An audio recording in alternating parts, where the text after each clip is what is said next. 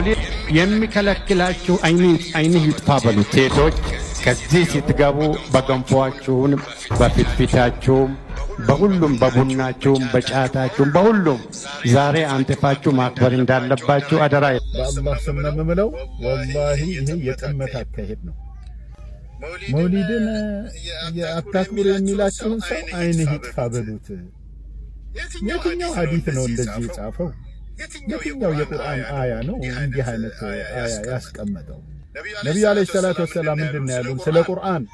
እቅራኡል ቁርአን ወዕመሉ ቢሂ ወላ ተእኩሉ ቢሂ፣ ቁርአንን ቅሩት ስሩበት አሉ። የትኛው አያ ላይ ተገኝቶ ነው ይህንን ሥራ የምንሰራበት? ላኪን ግን ሰውየው ሊበላበት ሆዱን ሊያሰፋበት እንዲህ አይነት ምክር ይመክራል።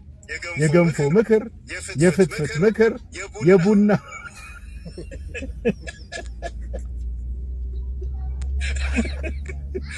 ምን አለበት የረሱልን ሱና እንደው እዚች ጋር ያለችን እንኳን ጺሙን ቢተዋት እንደው ሱናዋን ሀይ ለማድረግ እንኳን ምን አለበት? ይሄ እኮ የአይሁዶቹ አቀማመጥ እኮ ነው። የሱ ጺሙ አቀማመጥ አይሁዶቹን ከልፈዋል። ነብዩ አለይሂ ሰላቱ ወሰላም ኺላፍ አድርጉ።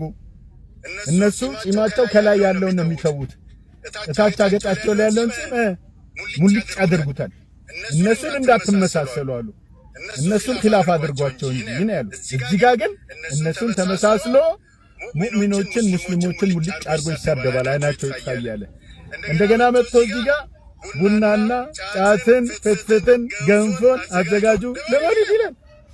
ይሄማ ሆዳምነት እኮ ነው፣ ሆዳምነት።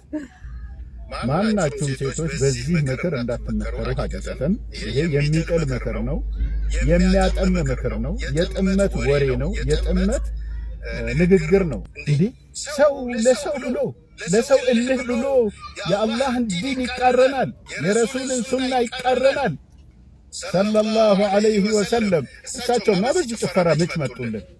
ሰሃቦቻቸውስ ቢሆን እንዲህ አይነት ጭፈራ መች አስያዙን?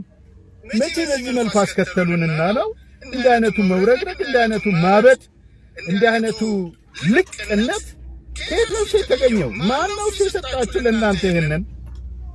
በጣም ትገርማላችሁ ወላሂ። በጣም ገርሞ የሚገርም ጉዳጉድ ነው የምናስተውለው። ምን አለ ቁርአንን ቀርተህ ብትሰራበት፣ ቀርተህ ብታስቀራ እኮ ኸይሩኩም የተባለው ኸይሩኩም መን ተዓለመ አልቁርአነ ወዐለመ ነው ያሉ ነብዩ ሰለላሁ ዐለይሂ ወሰለም በዑስማን ኢብኑ አፋን ረዲየላሁ ዐንሁ በተወራው ሐዲስ ማለት ነው። እሺ ለምን ይሄን አታደርግም? ለምን ይሄን አታደርግም? አላህ ደግሞ በቁርአን ሰላትን እንዳትቀርቡ አለ እኮ።